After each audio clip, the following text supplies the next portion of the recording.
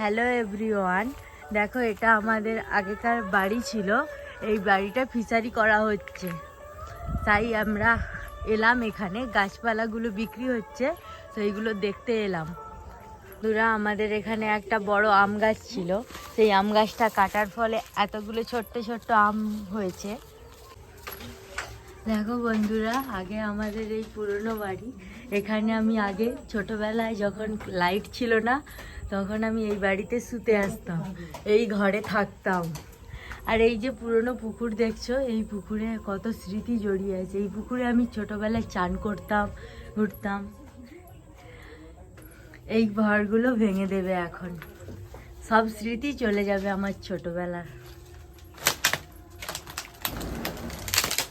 আগে আমার দাদুরা এখানে রান্না করতো, এই জায়গাটায় উনুন ছিল, কিন্তু এখন উনুন নেই। এই দেখো আমাদের এই জায়গাগুলো সব ভেঙে ফিশারি হয়ে যাবে।